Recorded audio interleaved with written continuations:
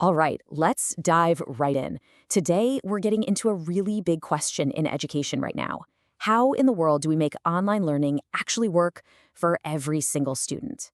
Well, the answer might just be in an idea called differentiated instruction. We're going to break down how this one concept could totally reshape how we think about online classes. So, first up, let's talk about the one-size-fits-none classroom. You've probably felt this. It's this common issue where, even with all this amazing tech, so many online courses are basically just old-school lectures dropped onto a screen, and they kind of struggle to connect with all the different learners out there. And let's get real for a second. Think about any online class or training you've ever had to sit through, right? Have you ever been bored out of your mind just waiting for the instructor to catch up? Or have you ever felt completely lost, like the pace was just way too fast? This question, it really hits on the core problem. Yeah, because in any virtual classroom, here's what's really going on under the surface. You've got one student who's way ahead of the lesson, probably checking their phone.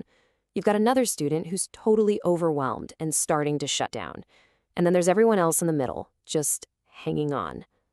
See, when we try to teach everybody the exact same way, we often end up not really reaching anyone at. So, if one size fits all is the problem, what's the fix? Well, this is where differentiated instruction comes in. Let's really dig in to what this whole thing is about. I know, that sounds super academic, but the idea behind it is actually pretty simple. It's all about being flexible. Instead of making every single student walk down the exact same narrow path, differentiation gives them multiple ways to get to the same destination, which is, actually understanding the material. It's about fitting the journey to the traveler, not the other way around. This is the perfect way to think about it. A generic workout video on YouTube, it's the same for everyone, right? Doesn't matter if you're a beginner or a pro.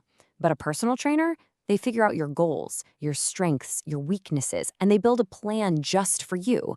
That's exactly what a differentiated classroom tries to do.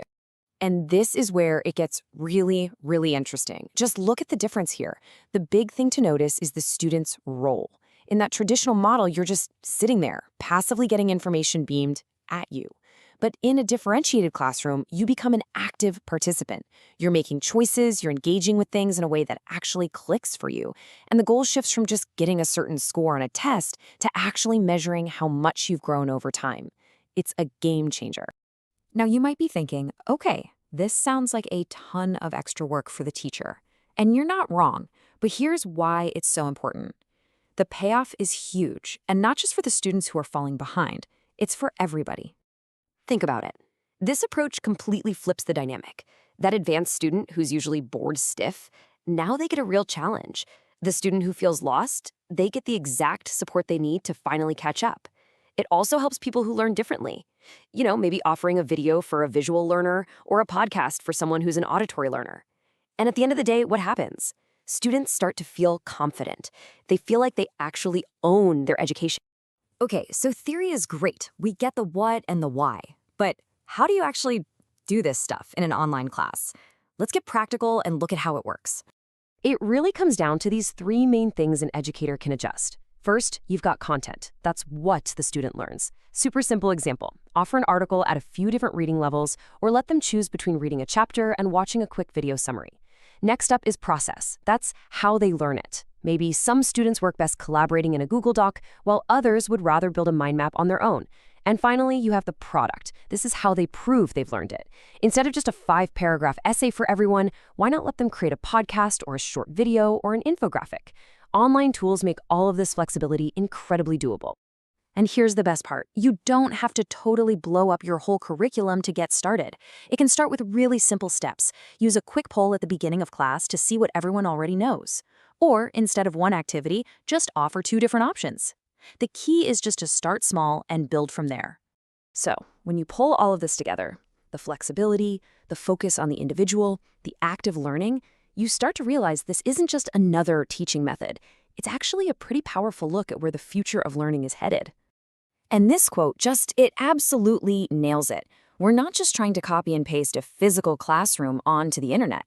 The whole point of using this technology should be to unlock things we could never do before, to create these incredibly personalized learning paths for every single student at a scale we couldn't even dream of in the past. So I'll just leave you with this one last thought to chew on. For so long, we've heard all this talk about technology replacing teachers. But what if that's the completely wrong way to look at it? What if the true purpose of all this tech is to finally give teachers the superpowers they need to see and teach every single student as the unique individual they are? Something to think about. Thanks so much for tuning in.